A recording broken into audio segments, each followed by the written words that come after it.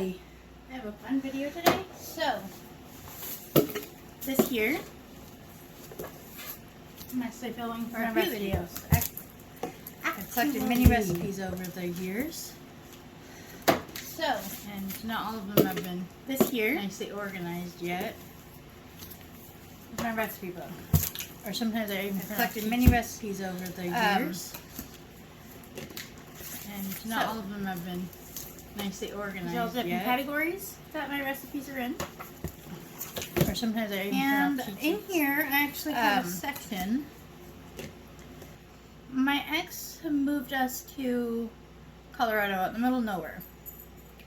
So I had to learn to start making a lot of things from scratch. Say we want a certain recipe, I had to learn how to make those from scratch because I got to go to the dog made me lose my spot. Sorry about that. So, out in the middle of nowhere, there was, let's see, the closest fast food was 30 minutes away. Anything decent was more like 45 to an hour away, a drive. So we didn't go out to eat except for very special occasions. So I had to learn how to make all the stuff I wanted. But I only got to go to the grocery store once every 2 weeks. And he would only give me $100 to feed 2 of us for those 2 weeks. Mind you, I did it because I'm just that awesome. Okay. I'm kidding. I'm just, it was actually challenging at times. But I think the weirdest part of the whole story is I was married once. Crazy, right? Anyways, so I got to thinking that, and I got hooked on the show Doomsday Preppers for a little bit because I'm not that into, I mean, I like to be prepared in case of emergency, and that's pretty much where I stand. And they have a lot of really good ideas, believe it or not, except for the guy who eats aloe straight from the plant. Don't do that. That's toxic. I mean, there's literally a chemical in there that will poison you. It has to be rendered out. Do not eat aloe. Please do not eat aloe. Anyways, so then I started thinking, well, okay, so I'll start collecting recipes that I can make from scratch at home. So as you can tell, I got I'm about to use this one in a video. I got all the stuff in bulk just in case. But what happens when you run out of something? And then I started watching the show Last Man on Earth, which was quite hilarious, actually. I'm really mad that they got rid of it right before we found out who the herd of people were. Shame on you, Fox. Anyways, but what if all the grocery stores are gone? What if the majority of the people on the earth got sick and died, which is highly possible because whenever areas become too crowded, viruses usually end up spreading faster. And this last one, with the, what was it, 0.02% mortality rate, was still scared a lot of people. What if the next one's worse? 10% mortality rate for the monkeypox. It's just a silly name. What if there's one that's worse and everybody in such close proximity, then it's going to spread like a wildfire? Then there's no food in the stores. They're all picked clean. You don't want to scavenge through other people's homes that may have passed because now you're possibly subjecting yourself to a hostile environment. So what do? You still need to provide bread. Okay. What happens when you run out of yeast? I got this from Costco, and it's going to go in my freezer, actually. I just haven't done it yet. So what if you run out of yeast? You still want to make bread. So I'm about to make a lot of videos on how to make a lot of things from scratch. Like from the stuff that's around you that you can easily make.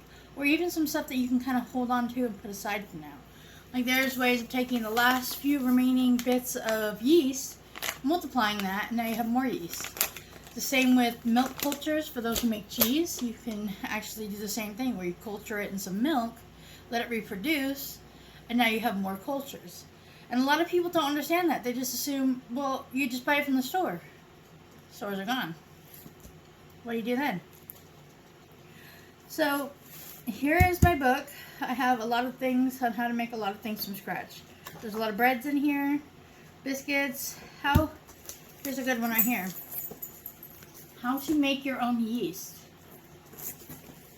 Yeast is everywhere. It's all around us. So that's going to be the first video we're going to do. And this little rant is probably going to be attached to that one. But I also have another one I'm going to do, like how to make your own kombucha SCOBY. I hope that's how it's pronounced. That's also going to be started today. But both of these things that I'm going to do today are actually going to take a couple days to actually do. So, Seymour, please go lay down. Go on. Okay, he just wants to be out and about. So I even have one here on how to make sake. I really do. So what I'm actually going to do, because I have all these printed up in a PDF form as well. Not printed, but saved as a PDF. So what I'm going to do, like here's the honey rhubarb fermented soda recipe. I am going to upload these to Dropbox, and I'm going to add a link to them. There's kombucha. I don't like kombucha. A lot of people do. It has a lot of health benefits. I just can't stand the taste. So, and mirin, which is used in a lot of Asian cooking. And I do actually do a lot of Asian cooking. At least I used to. One of these days I'll do a video on me making a sushi roll. Even sushi rice. I have a lot of jams, jellies, a whole mess of stuff. These are condiments. Actually, this is all about sushi right here. And hibachi shrimp. But then I have the from scratch section here. I know you can't really see all these, but this one is taco seasoning. Which is which blend you use for the taco seasoning. And as to some people might know, this is definitely vegan. I can't believe I have to say that, but it is vegan. And depending on the plant you grow, it might be organic and non-GMO. That is up to you. Also have Cajun seasoning, which also vegan. Fun stuff. Now I have a fun one here. Medicinal gummies. Now, I didn't get this because I'm a pothead. I'm actually highly allergic to pot. In fact, I recently cut ties with a friend because I didn't want to be around her and her pot. Not that I really have an issue with people who want to do stuff on their own. It's just when I told her to do it far away from me, she let it blow through my window once. When you tell someone you're highly allergic to something and they tend to forget, you just kind of get a little annoyed and not want to be around them. You want to do that, that's on you. I'm not going to say nothing. I don't judge. It's not my place. That's God's job. But these also have other practices. You can turn a lot of herbs into oils. And those oils become like a tincture, or you can add them to gummies. So you can add like a lot of herbal remedies into gummies, which is why I have this. Not because I want to make other type of gummies. Although I did actually give this to somebody who did want to make those type of gummies. And I don't think it did any good because, anyways. I have a recipe here on how to make soy sauce. Because I go through a lot of soy sauce. Now I could buy a ton and leave it on the shelf because soy sauce lasts like a gajillion years. So I mean that is a possibility. I could do that. You can also learn how to make it because making it also takes a very long time. So there's a recipe for soy sauce in here. I have, what is it, kebaki sauce, which is kebaki was unagi sauce, which is what did you find on sushi, that brown one? It's unagi sauce, and believe it or not, it does not have unagi in it. And for those wondering, unagi is actually eel in Japanese. This one's literally soy sauce, mirin, and sugar. That is all it takes to make one of those little dressings. A recipe for teriyaki sauce. Alright, dill pickle slices. Another good one, rice vinegar. This is another common one that I use. Again, I like sushi. Hey, go lay down. You're clinking my video. Go. Okay, sit there and watch. Sorry, I'm talking, and they don't see somebody else here, so they all think I'm talking to them. Anyways, so rice vinegar, rice wine, those are really good ones. Rice wine is the mirin. But this I use a lot for sushi. There's a lot of other recipes that I use to make this in. And my plan is to actually, okay, out of my kitchen. You know the rules. You don't listen to them, but you know them. Okay. Sorry, they're in a mood today. So my plan is to actually even grow my own rice. And I'm looking at some properties right now. I need to sell one piece of property, which is about to go on eBay, to buy another piece of property that I think better suits my needs. So this is another good one. This is also from scratch, so maybe I'll do a video on making this. Alright, here's the rice wine, aka mirin. And so I have a lot just of doing things from scratch. So I'm going to start doing more videos teaching people how to actually make a lot of their things from scratch. I just apologize if you hear the fan in the background. My distiller is going. It's an electric distiller. Love it. It's running almost every day. So I'm going to do a lot of videos on how to do a lot of these things from scratch. Kind of like I did with the fire jelly. But these are more for people who want to homestead. This way you can kind of get your stuff together now. Here's the SCOBY. I'm going to be making that here today as well. At least I'm going to start it. And then back here are just some extra recipes like wonton wrappers. Because I don't think that even if, and I'm not going to say it's going to happen, but even if the store is closed, I want to be able to still have a lot of the things that or be able to make a lot of the things that I make now. To do that, you have to find the recipe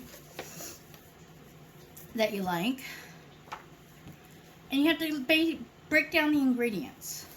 Like custard. It requires 4 cups of whole milk, 1 tablespoon vanilla extract, white sugar, butter, eggs, and cornstarch. How many people know how to get all of those ingredients?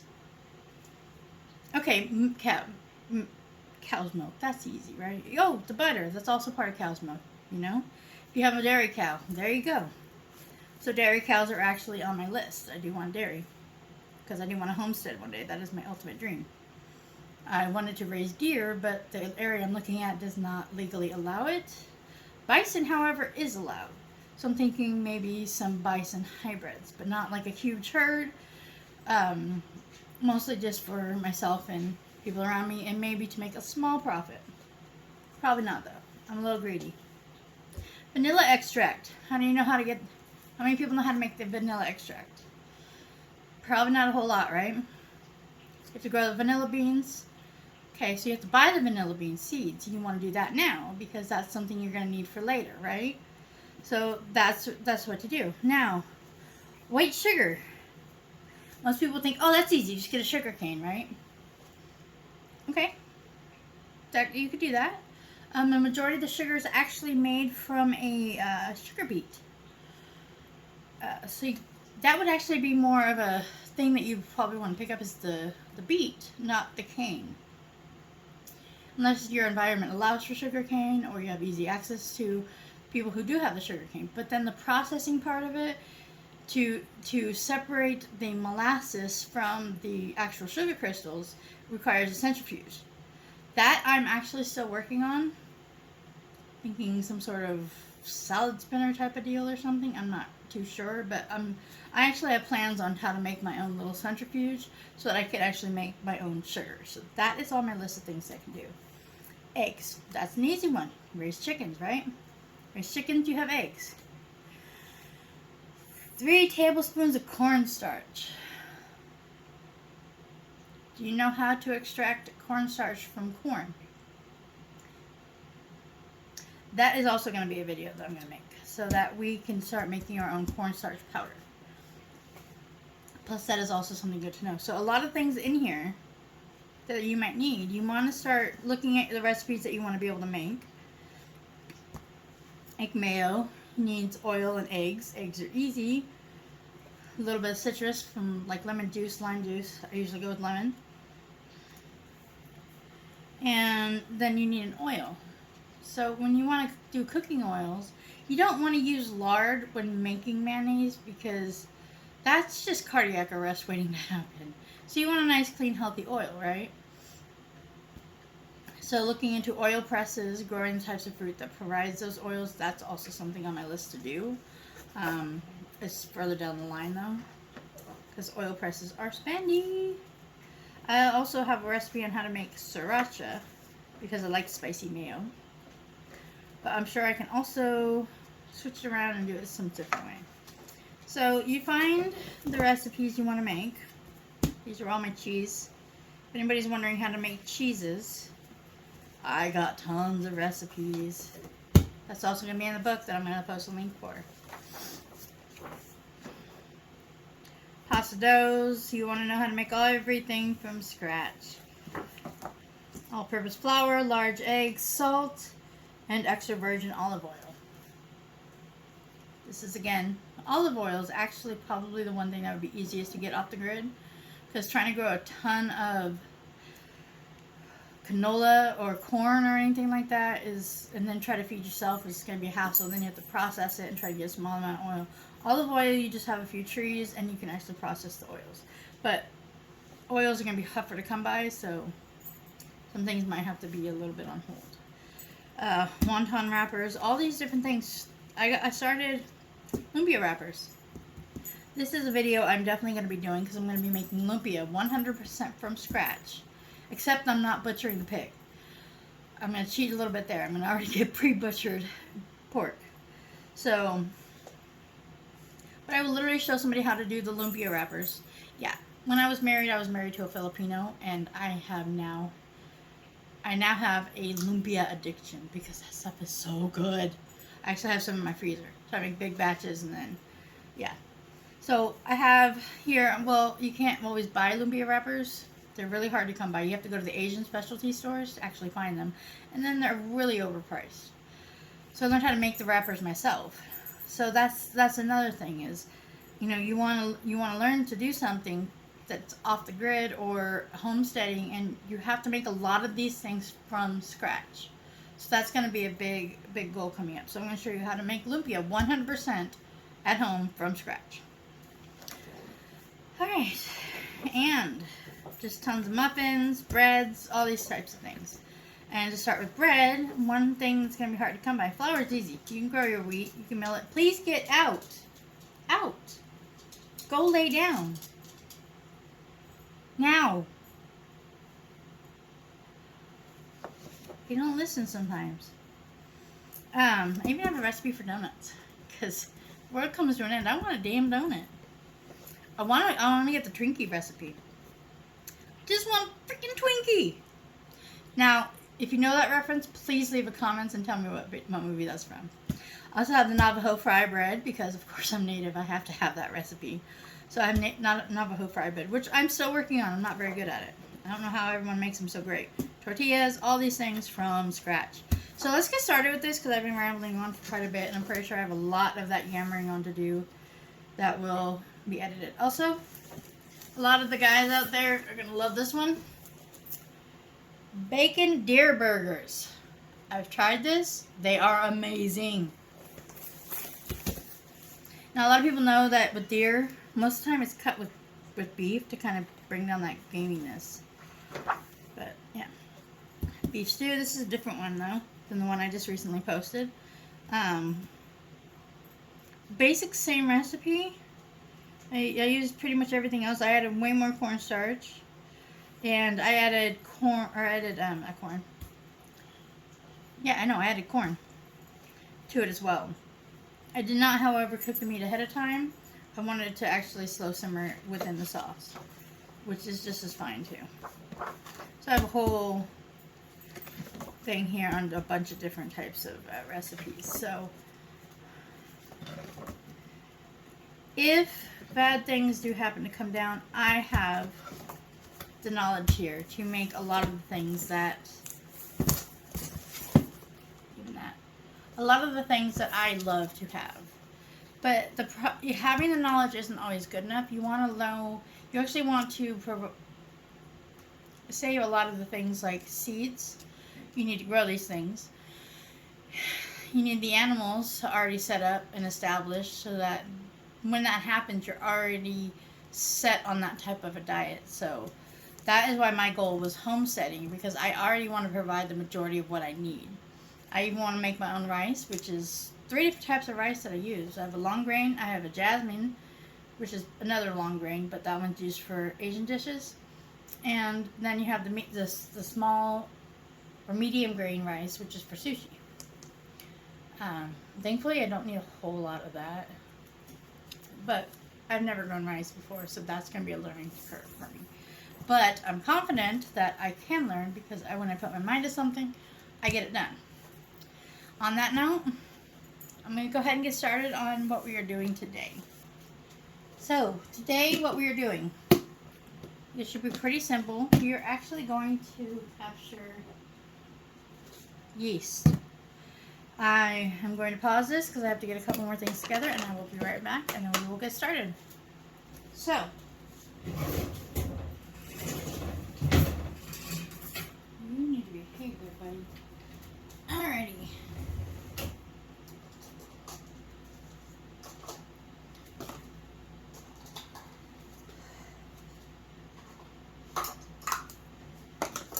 I do have 2 sets of measuring cups, I'm not even gonna lie.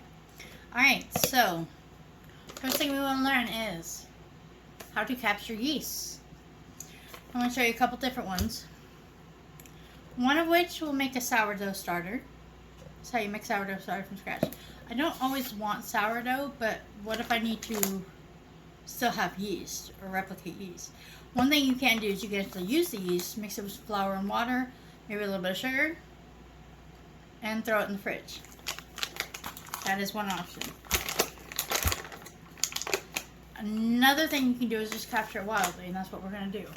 Because I'm just going to pretend like I have no more yeast and I need to make a bread bowl. This doesn't happen overnight, though. I mean, it kind of does, just over a few nights. So, I'm not doing whole wheat or nothing like that. I'm just going to use flour, some distilled water, and I will probably sneak off and go get some sugar because it's all the way over there. I'm actually going to use a different flour, though. This one is good and all, but I have a better one.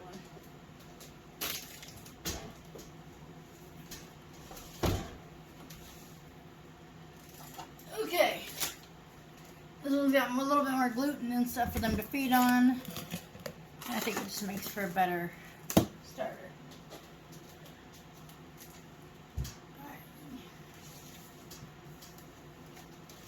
Okay. And then some sugar to kind of for them to eat as well. So, let's get started. So, in each of these, we're going to do the same ratio. I'm going to do 1 cup of highly compacted flour. Actually heard the seal break on that one. Okay. Get in there. I did just wash my hands. So, percent to here. I have to use the tall ones because they bloom up. Even the wild ones. This doesn't start right away, so it may look like it's failing.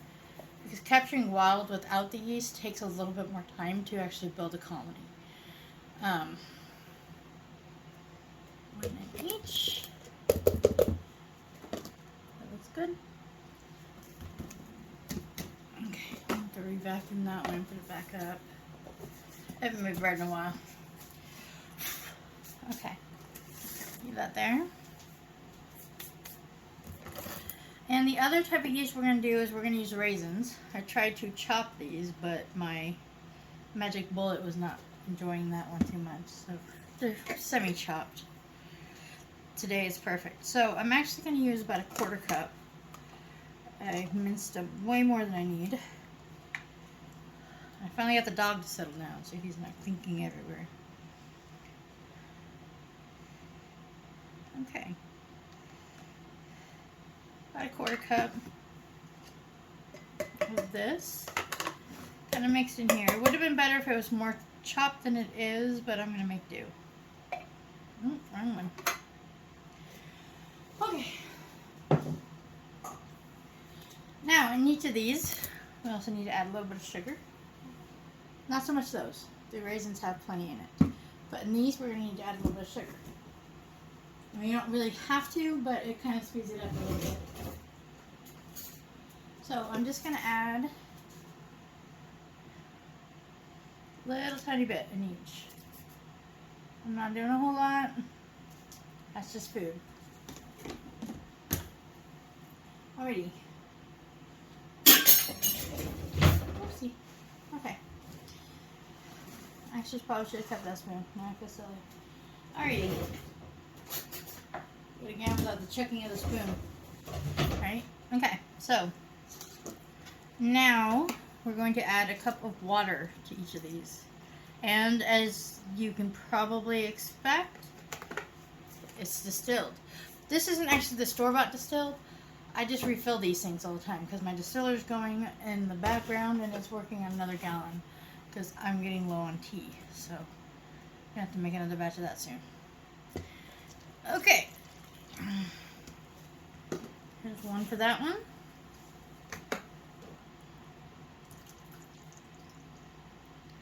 And this way I'm not adding any extra chemicals that could kill the yeast, like chlorine, fluoride. We don't need all that crap in our water. So I take all those chemicals out and so it's more pure. Alright. I'm just going to mix these up.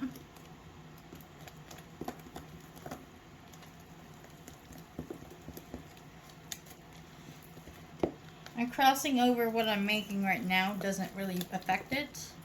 The difference that you're going to see is how it's handled. So first I need to get a nice runny thing here going on. Okay.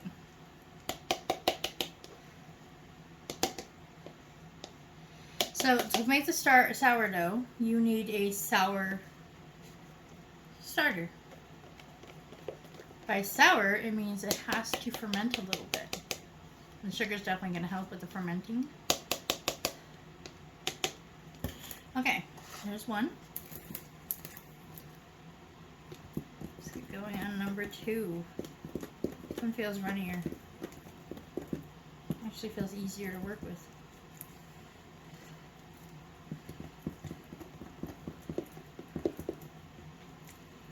Now for the sourdough to be sour, you actually have to leave it out for a few days.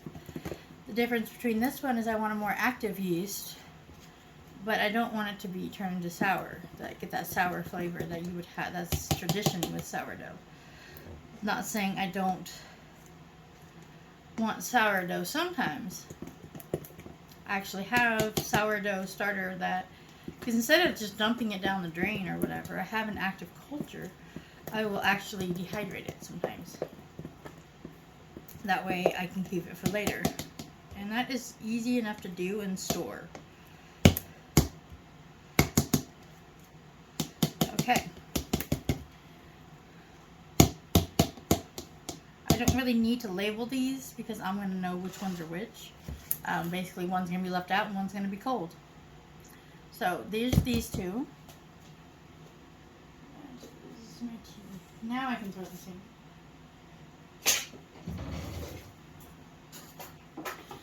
So, these lids are not really airtight. They're just cheap Dollar Tree things and they work really great.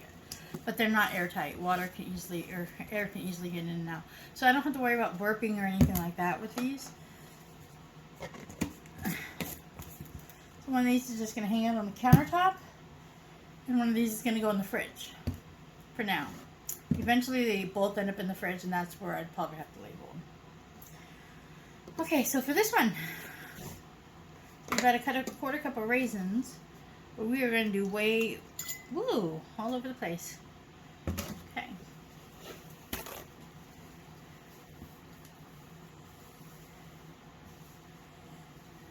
freezer likes being watered on.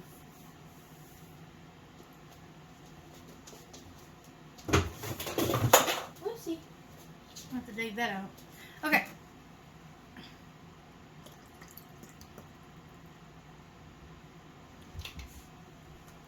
So add a cup of water. Let's see how much it fills up. I might add more. Yeah, I'm gonna add some more. So now, since yeast is present on pretty much everything, we have it on our skin, we have it in the air, we have it on our clothing, we have it everywhere we go.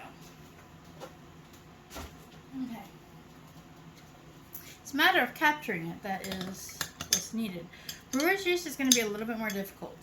You can already see it changing colors here, which is good because that means a lot of things are coming out. It's absorbing the sugars from the raisins, all that fun stuff.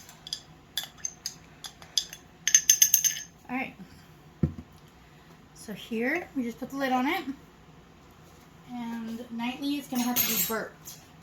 And what this is going to do is basically all of the yeast is going to get trapped in the water. It's going to eat on all the sugar that's in the water. So we're going to let that come off, come into the water and all that stuff. And then eventually it gets separated from the raisins, and then we'll have a liquid brewer's yeast. Now, I'm still working on exactly how to get it from liquid to powder. This would probably only do a small amount. You can use the liquid from this after a few days. You just kind of stir it up a little bit, burp it every night, which is just open it, close it. That's how you burp them. I actually didn't leave a whole lot of room for gases, but I think it'll be fine. I'll just check it twice a day. Okay, so you can just use like a few tablespoons, and it will actually be good in the fridge for 15 to 20 days. But if you want it to be more long-term than that, we're going to have to dehydrate it. And you're probably going to need a lot bigger batch than this if you're going to dehydrate them. Now, I do have bigger jars, and I could easily do that, but I'm just doing a training video really quick. So, we're going to do it this way. Now, this and this are going to go in the fridge.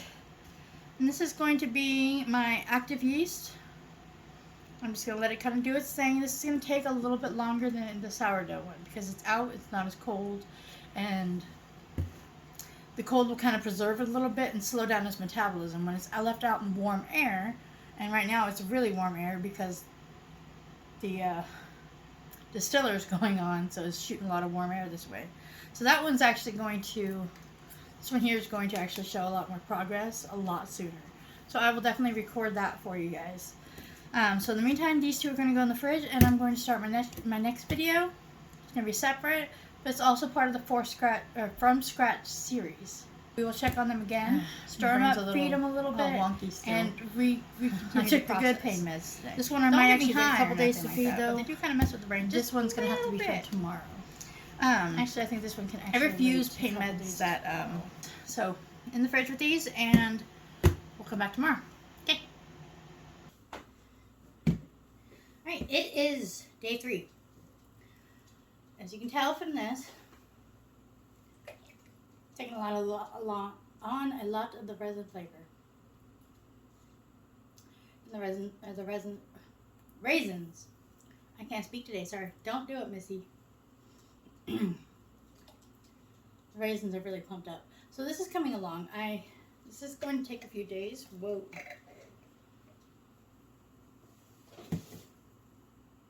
Not really taking on any flavor yet, which is it's not really a good sign or a bad sign. I mean, eventually it's going to have a yeasty flavor, so you know it's covered in yeast. Okay, so now I have 2 things to show you. I'm going to come in closer. I apologize, the last part of the video, I did not realize that this part couldn't be seen, so that is my bad. No, go get back in your spot.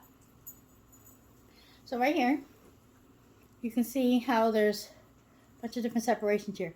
This is the active yeast. This is what is alive. There's a little bit of hooch, caused mostly by a lot of the sugars, and then here's the discarded food that they already ate. So this is the live yeast, and this is how well it's doing because it wasn't in the fridge, so it got to speed up its multiply. So what we're going to do, though, because this isn't ready yet, we are going to feed it today, which means discarding half of this and then adding more food and water to the mixture and then letting it recolonize again.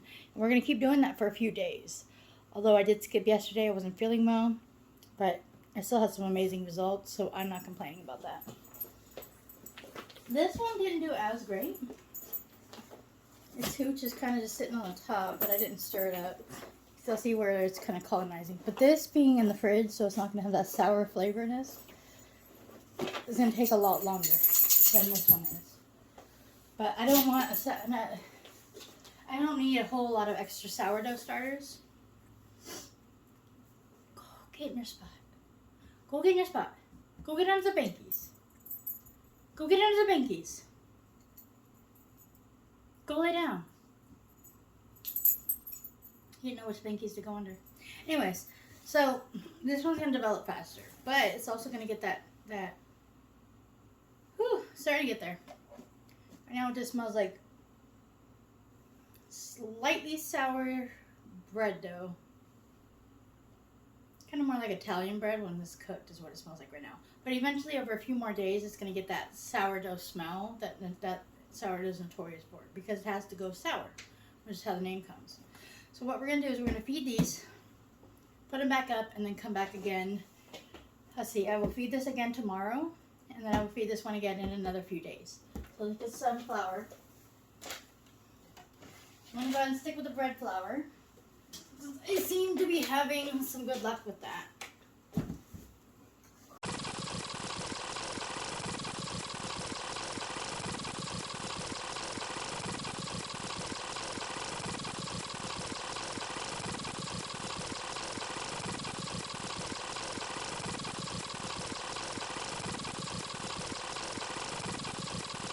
I'll put this aside. We'll come back tomorrow. I'll try to give it feed tomorrow. I'll try to feed the other one tomorrow. If I don't, it'll be the day after.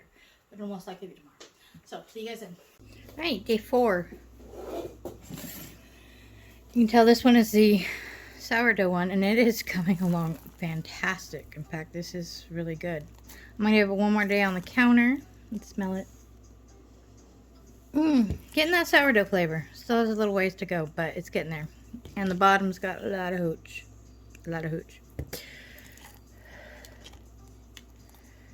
Okay, but this came along really great, actually. So we're going to do the same thing. We're going to feed it like we did yesterday. I'm going to go ahead and take out that extra water. Keep stirring it. And it was still really highly inflamed, so it's still eating. It had gone all the way up to the top at some point. My hairs get everywhere. Someone asked me recently, how long is your hair? I get it caught in my underwear, I'm not gonna lie. That is an issue. It goes down about halfway past. Yeah. So it's gonna get cut very soon, actually. It gets long and starts to annoy me, and I cut it. And then I let it grow back out again. So I get like a haircut maybe every 3 years. Okay, so take about half of this one out.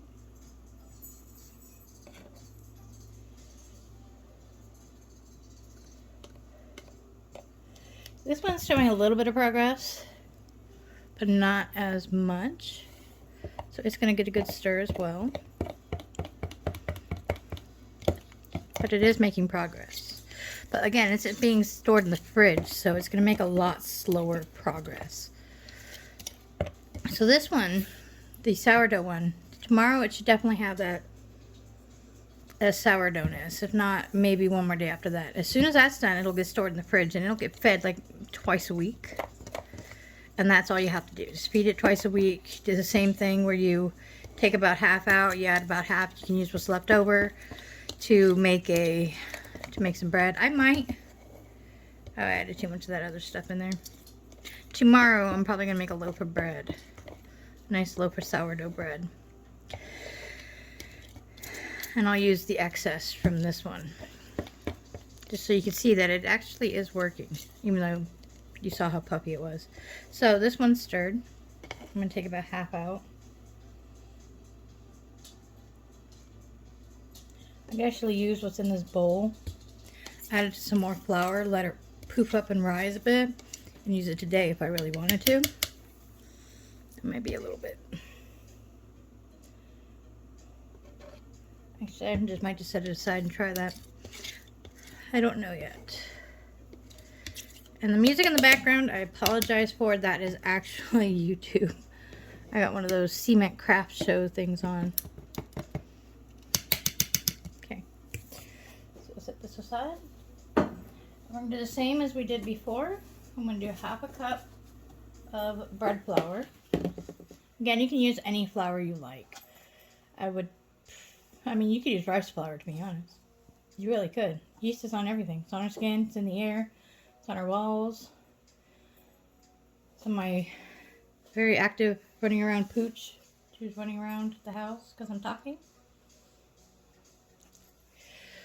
Okay. So there's 1/2 cup of flour for that one.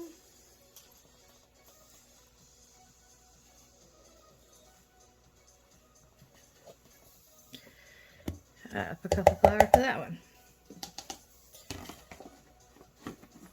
And then, like before, we're going to add the water. Okay, distilled water, of course. You guys know me. I would drink distilled water if it wasn't bad for you. 1/2 cup of water. 1/2 cup of water. There it is.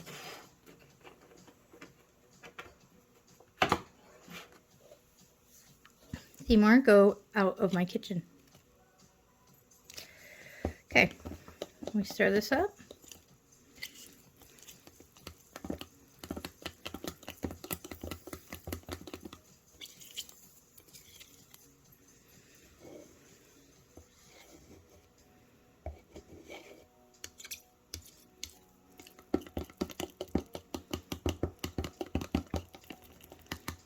Try to get as many of the lumps and bumps as you can.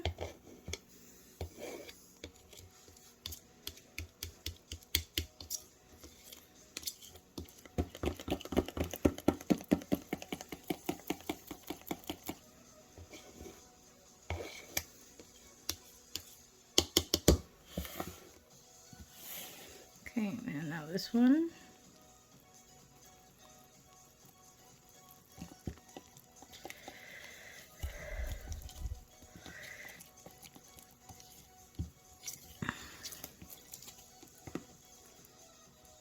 To be honest, it's easy to tell these two apart right now because one of them has a lot more moisture in it because it's gone through a lot more of its flour than the other one. So this one's actually more of a batter than anything. This one's fairly liquidy with little chunks of yeast here and there.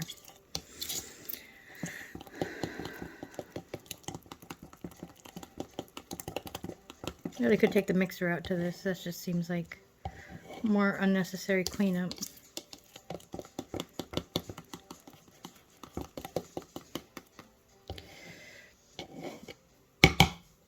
Okay. Put lids back on them. This one gets to go back to hanging out with the kombucha. Well, not the kombucha. It's the SCOBY that I'm making that you make kombucha with. And this one gets to go back with the raisins. Now,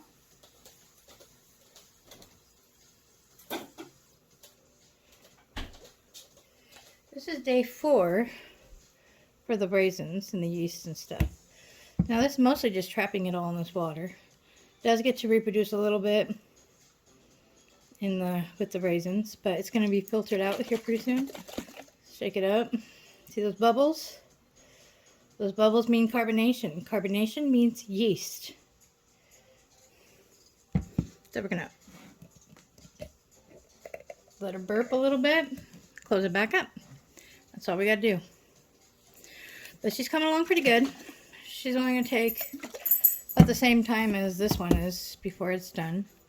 And then I'm still working on how exactly I'm going to dehydrate all this into a powder because that's what I'd rather have. So these two go back in the fridge. And this one goes back to its buddies, the SCOBYs. Hey everyone. So unfortunately I did not get to do a day by day on this. My phone was having issues not wanting to save to the memory card, so I wasn't able to get video for a few days, but I did keep feeding it every day, except for the cold one. This one got fed, I'd say every 3 days. So it's been a week and a half, and I'm about to show you the results, okay? Okay, so I fed these this morning, so you can see how very active these things are. Gives you a better view. So these are very, very active. This one here is the sourdough one. Seems to have a little bit more activity than the other one, but it's still both really great. And oh yeah, this one definitely has that sourdough smell, but this one's just an active yeast. Now both of these can be used at any time. Please go lay down. You also need your nails trimmed. Go lay down. Sorry. Both these can be used to make bread anytime now. They're very active and everything like that. So what you would want to do if you want to make bread, you'll take about half of this, and like you're doing a normal feeding, you'll take half of it out, and then you just add in the half a cup of flour and half a cup of water into each of these to feed them. But then you take that part that's been discarded, and you will add a half a cup of flour and a half a cup of water to that as well. And then once that becomes active like this, it is ready to be used. Or if you don't plan on saving any, like the sourdough starter, which is basically what you would do. At this point, this goes in the fridge. It's actually been in the fridge, but this goes in the fridge now, and it gets fed I do it twice a week. So I usually set 2 days in the week that I will feed these things, like, you know, midway through. So about every 3 to 4 days or so. And then you just keep doing that same process over and over. Or you can take these and dehydrate them as well, and then just kind of put them in a little jar, and then all you have to do is kind of add water to reactivate them later on, same as you would any other yeast. So I can easily make these to make bread. You just got to split them in half, and then you got to feed them, let them rise a little bit, activate, and then you add them to whatever dough it is you're doing. So these are done. They're going to get dehydrated so I don't lose the yeast, because I'm not a wasteful person. Let's try not to be. So they're going to go in the fridge. I will actually use each of these in a recipe so you guys can see exactly exactly how they work and that they work. So now this is the this is the brewer's yeast. And so now at this point, I'm actually late at doing this, but at this point what you do is you feed it. This can stay as long as you keep feeding it. You really can. So what I'm going to do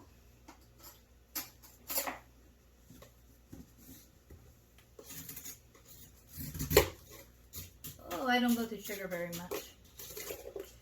Okay, so what I'm going to do is add a little bit of sugar to the bottom, and that is for the yeast. It doesn't need a whole lot. Just gonna do a little. I didn't quite get a full teaspoon in there. So just gonna add that to the bottom. Some of it's a little chunky. Whatever. All right. I should have did this a while ago, but my camera was not saving videos at all. It was a whole Samsung update issue thing that they had going on, but I fixed it, so now everything's working again. And I also learned that my phone actually records in 8K. Did not know that. So I'm going to start recording my videos that quality, so hopefully they come out a lot better. So we're going to just put this through a sieve to kind of filter out the rest of the stuff here, but you can actually see at the bottom how there's a nice colony of yeast growing there. So I'm going to stir it a little bit, mix it up a little bit. So now we just got to get the big chunks out and let the yeast go back to the bottom there. Whoopsie, big mess. Now this can go to animals if you have animals for animal feed or whatever like that, or just be discarded. Personally, I'd be giving them to some chickens or something like that. Fermentation things are actually pretty good for their stomachs, so that's what I would personally do, but I don't have chickens. Fortunately, I do not think my apartments allow for chickens. Otherwise, I would have my spare room would be a chicken coop. Alright, and that is pretty much it with this. And then just gotta clean up the rest. Now, if you want to keep feeding it, the colony will stay alive. Not sure which lid goes to which, but they're both the same jar, so I guess it don't matter. So now the bottom has a nice yeast colony. I'm going to swish it up a little bit, try to dissolve some of that sugar, and let the yeast go to town on that. That is it. And then if you keep feeding it, you can keep it in the fridge and just take out 3 or 4 teaspoons at a time when you're trying to make a brew. Try not to murder them too much, but I think they'll be fine. And you can see the bubbles. The bubbles is carbonation. Carbonation means fermentation. It means they're active, very, very active. So this can definitely be added to a fruit juice, barley mixture, whatever you need to make your own brews. I do not have that set up yet, so that is not something I'm going to be doing. But I will figure out a way to keep this because, again, I do not want to be wasteful. So that is it for today on this video. I hope you guys like it, and if you want to keep seeing more videos from me, please hit the like and subscribe button so I can continue making some videos.